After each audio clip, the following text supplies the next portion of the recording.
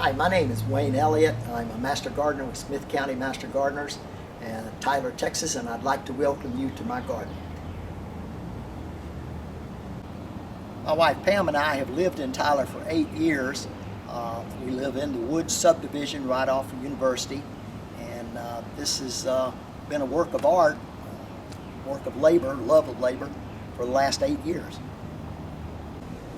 This is a very unique garden in a lot of ways. When we moved here in eight years ago, this was as far as you could walk. There was a pile of concrete rubble right here. All of that down in there was wooded and knee-deep in English ivy. So first thing that happened was my barbecue pit set here, but that afternoon sun was killing me, what with the heat of the barbecue grill. So the first thing I had to do was find a place to put my barbecue grill. And that is the first thing that's unique, is that there are 13 terraces in this garden. All of these terraces were done by myself. Never really done a terrace before I started this, and so everything that you see here is unique to this garden. So this garden in the summer, you can work out here 10 hours a day and not really be in the sun because it is shade. It also slopes. You lose about 40 feet elevation in about 60 feet. And what you just heard in the background, if you heard it, was a tree falling, and that's something that happens quite often around here. And I'll talk about some of that stuff in just a minute. So having a need for a place for my barbecue grill in that area to be, I was at one of the box stores one day, and they had some blocks on clearance. And I said, how much do you want for these blocks? These are 12 by 8 inch blocks. They're $6 a piece.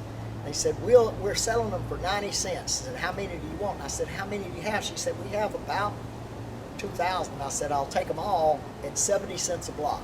And so she sold them. So I got all these blocks down here, and I really didn't have a plan. And so I had them over here, and I started an area over there, and I realized something's not right about that area. And the problem is that without cementing the blocks in, you can only go about 36 inches high at most. So I was having a wall over there that was 6 foot high. So then I decided this would be my first area right here, and I started my first block wall here, and then I just went up, and then I moved around. And one of the keys and the secrets to building on something with this much elevation is that you have to know where the contours of the land are, and you have to follow the contours. So that if you stood off over there and you looked back at the whole garden, you'll see that this wall comes right around through here, goes around that tree and curves around, and it stays with the contour of the land. And so that each level is contoured in with the land.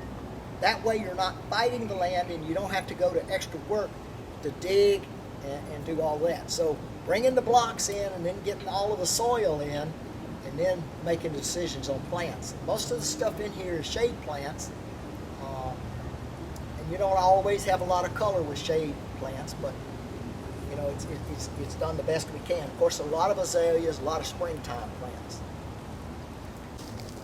One of the challenges with building on a slope like this is erosion and water. And so that every time you put a block down, you've got to come out the next time it's raining to see where the water's going and see how to adjust it. So the challenge was to stop the soil erosion, and it took about 4 years to come to a point that the garden was complete. There have been, iterations and changes and stuff like that. That's another reason I don't put the block in cement, is I may just decide one day to change a particular wall for some reason. That way I have something always to do. So it's not that. My favorite part of the garden, I think, is probably right about where I'm standing. It's in the barbecue pit area. I can sit here. I had an arbor up here, but we've had several trees that have dropped huge limbs, and finally the last time broke the arbor for the last time. So it's very relaxing to sit in here. We have wild animals from bobcat to coyote to wild hogs to hawks to owls to roadrunners. And all of this stuff is here year round.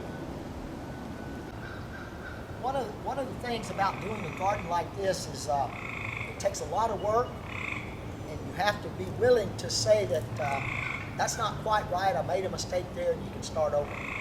I took about 4 years to get all of these blocks and to get all of these trees, all of this stuff in to make the terraces.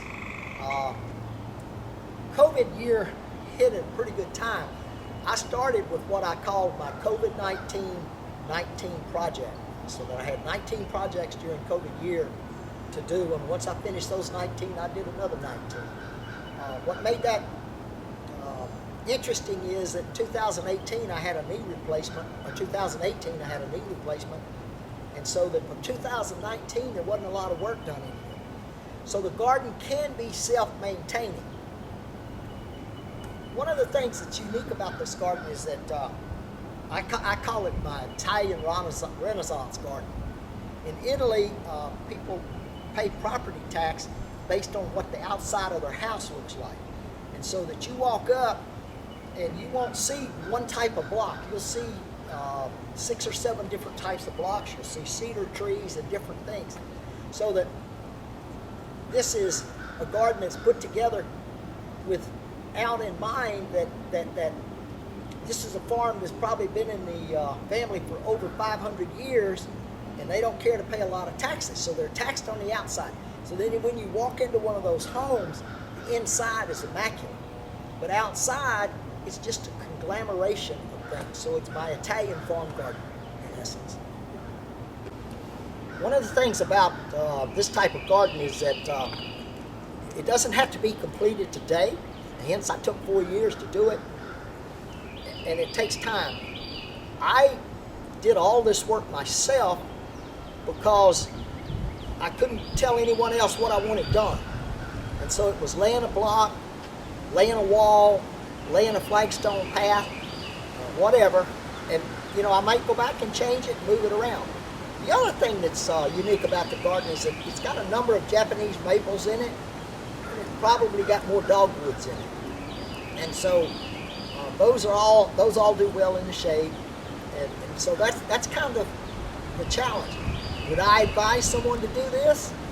Not unless they didn't have time, they wanted to maintain their sanity, and you know, this is a retired person's garden. So if you want something to do when you retire, you can start a project like this. I want to thank you for stopping by the garden today. It is a beautiful day after the rain last night. And if you have any questions at any time about anything you see here or how you might want to start something or do it, just contact the helpline at the Smith County Master Gardeners, and they'll get the questions to me and I'll get you an answer. Thank you very much, and have a blessed day.